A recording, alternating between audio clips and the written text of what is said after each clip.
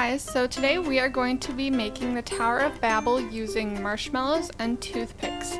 So I actually bought these marshmallows a few weeks ago, not knowing what I would use it for, but I knew I wanted to do something with the toothpicks and make some type of tower or something, and the Tower of Babel fit perfectly with that.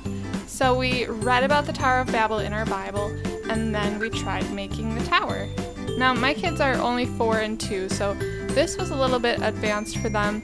My 4-year-old tried making it, he needed a little bit of help, and my 2-year-old, she just preferred to put the marshmallows on the toothpicks, and she actually really had a lot of fun with that.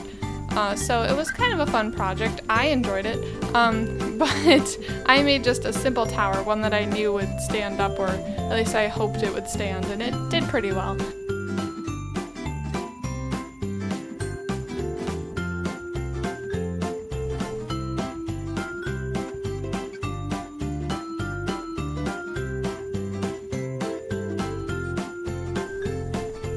So it was just a fun little craft, and it was something that we enjoyed, and Adeline enjoyed eating the marshmallows, and so did Zach a little bit, so, you know, fun food projects.